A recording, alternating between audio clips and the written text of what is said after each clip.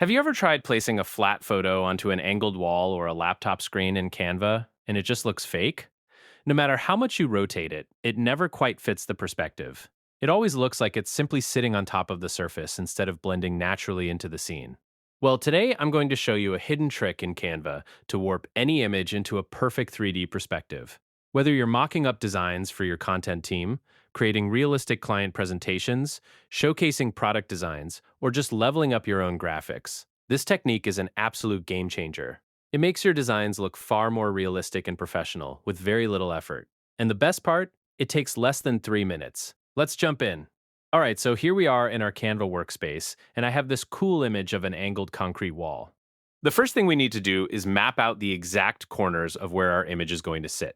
This gives us a precise reference so we can line everything up accurately later without guessing. To do this with precision, we need our guides. Go up to the top left, click on File, hover over Settings, and hit Show Rulers and Guides. If you already use keyboard shortcuts, you can just press Shift plus R. This instantly enables the rulers and makes placing guides much faster. Now, simply click on the ruler at the top and drag a horizontal line down to the top corner of your wall. Do the same for the bottom corner. Then, drag vertical lines from the side ruler to mark the left and right edges.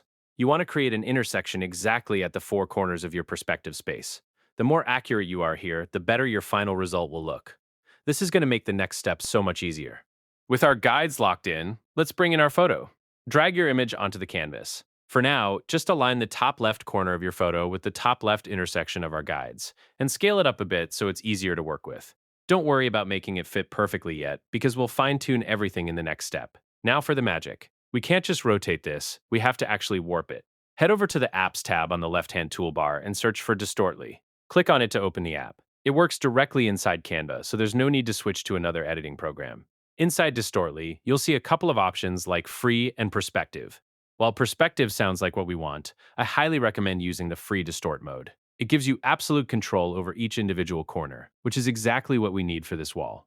That extra flexibility makes it much easier to match uneven angles and unique surfaces. Make sure Free mode is selected. Now, look at your image in the workspace. You'll see 4 control points on the corners. These are the handles we'll use to reshape the image. Click and drag each point to the intersections we marked out with our guides. Take your time here. Drag the top right node down to match the angle of the wall. Stretch the bottom right node to fit the lower corner, and do the same for the left side. Because we set up those guides earlier, you'll know exactly where each corner needs to land without having to guess. Small adjustments can make a huge difference, so don't be afraid to zoom in if needed for even greater accuracy. Once everything is lined up perfectly, go back in the Distortly panel and hit Save and Close. The app will automatically apply the distortion and place your finished image back into the Canva design. And look at that! The image looks like it was painted right onto the wall. The perspective blends naturally with the surface, creating a clean and realistic effect. To clean up our workspace and see the final result, just go back to File, Settings, and click Clear Guides.